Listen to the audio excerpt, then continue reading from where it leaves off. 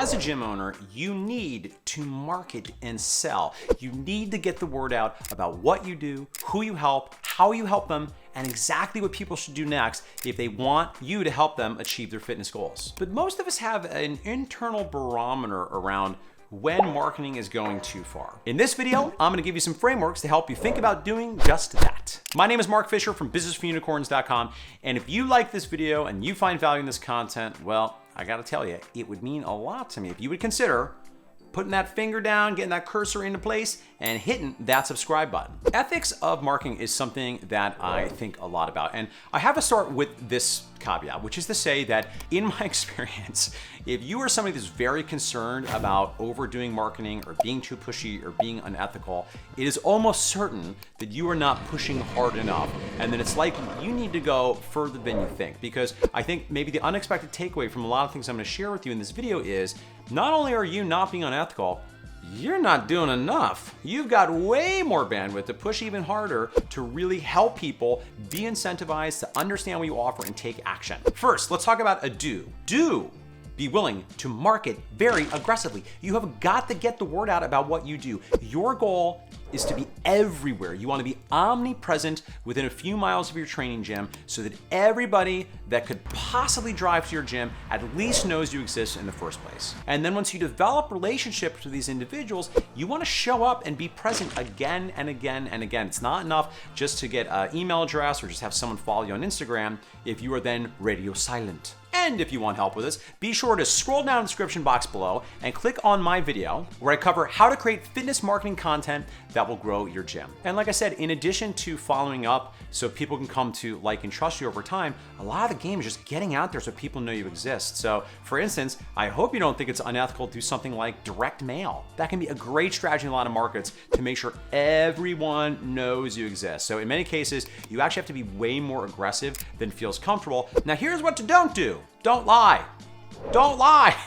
And that's relatively simple because here's the thing. Sometimes there are some people in the world of marketing that will make a case that you can kind of say whatever you need to say because I'm going to help save your life. I'm going to transform your lives. So I can say what I ever need to say to get you to give me your credit card. And well, gosh, I just don't frankly buy that because one, I don't think you need to. And two, I believe that how you do anything is how you do everything. Furthermore, when you're lying, you're not setting up the relationship in a very positive way. So I don't know about you, but I sometimes get cold emails or sometimes even cold text messages. And listen, I don't think that that is wrong. The challenge with a lot of cold emails gone wrong, which really hurts the relationship outside the gate, is when it is a lie. When, for instance, someone says, "Dear Mark Fisher, I was looking at your website and I'm so impressed by what you're doing, and it's for that reason I'm offering you an amazing opportunity to get in touch with other healthcare providers." Other healthcare providers? What? I'm a gym. So this kind of thing is what I like to call lying. Sure, I'm sure they're justifying as, yeah, but once I get in touch with you, then I can help you. But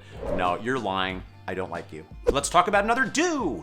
Do be willing to follow up aggressively. This is a place where many gym owners drop the ball. I think you're gonna want to do at least a few outreaches for the first few days after somebody gives you their contact information or raises their hand to say they're interested in either maybe talking to a coach. And then you wanna have sporadic follow-up over the following, let's call it 2 weeks, tends to be the standard. So I think a single tentative, timid phone call the day after they opt in is not gonna cut it here.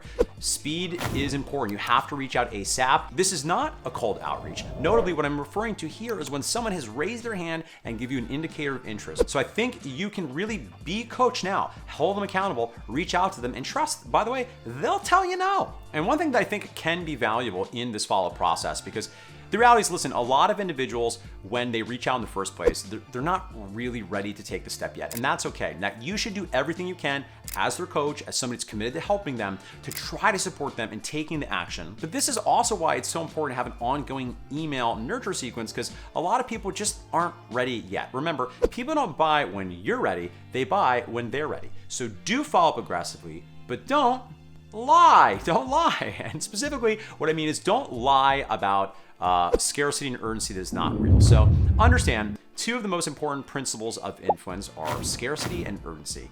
I like scarcity because the reality is people know if there's only so many of a given thing, it gives them some incentive to take action. And I like urgency because when there's a deadline, they'll tend to make a move, right? So if there's some kind of offer, if there's limited quantities, that can work really, really well. So if you don't honor deadlines, or if you pretend to have a limited number of quantities you don't really have, well, that would be called lying. Now I'm gonna give you one more do and one more don't. And one more do is be willing to enter the conversation in your client's head when you are doing outreach, whether it be a text messaging, whether it be in email marketing, whether it be in sales conversations.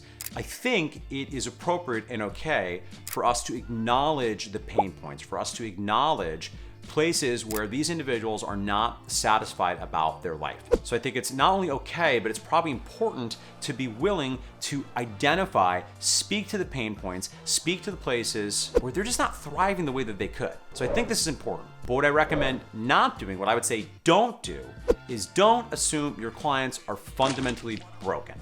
So this is maybe my biggest pet peeve in very high pressure approaches to fitness sales, is an approach that says, if I let you leave here today, you're gonna die. You're gonna die next week because you're so unhealthy. You're disgusting. You just disgust me. You're gonna die. I have to save your life. I think this is wildly problematic and not actually the best lens for a coach to have. Now, if you ever study sales, you'll often hear about the difference between to hell if you don't and to heaven if you do. And to hell if you don't can serve its place, but understand two things about this are not ideal. Number one, you are potentially helping build a belief system this person is fundamentally broken. And I think this can actually be very, very well intentioned, but I think it can still be contributing to a mindset, to a sense of belief of this individual that there's something really, really wrong with them. And I don't think that's actually the best place to start. Number two, there's also research suggests that when people are buying out of a desperate attempt to get out of pain they're in, they don't always understand the actual behavioral cost. So even if they're willing to invest money,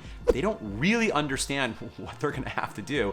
Because remember, we're not selling a pill. They're gonna have to do a lot of stuff. And that type of client is often quite challenging to work with. So in this video, I hope I get you thinking about what are your frameworks based on your values? What is too far for you? And remember, part of my intention in this video is not only to identify things that are too far, but it's actually about to help you get clear on the things you probably need to be doing more of. Because let's be real, if you're watching this video, odds are you're probably not doing enough. And sometimes that's because the constraint of time management, sometimes you just don't know how to create enough content, sometimes you just don't like marketing. But if there's a mental barrier there, if part of the issue is you don't believe that it's appropriate to be aggressive, to really get out there with your marketing, to really follow up with people when they opt in, I think yes, on the one hand, yes, you're leaving money on the table. It's not really about that. It's about not helping the people and the communities that you feel called to serve in the ways that you could.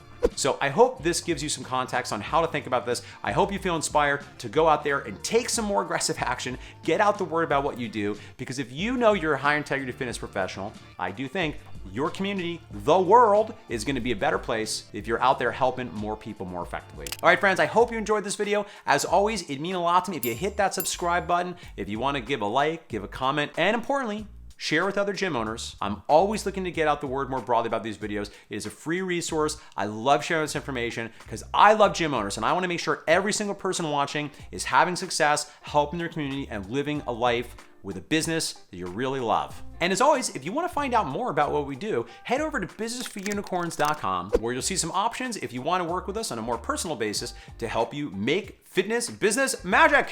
I'll see you in the next video for more actionable tips, psychological frameworks, and philosophy.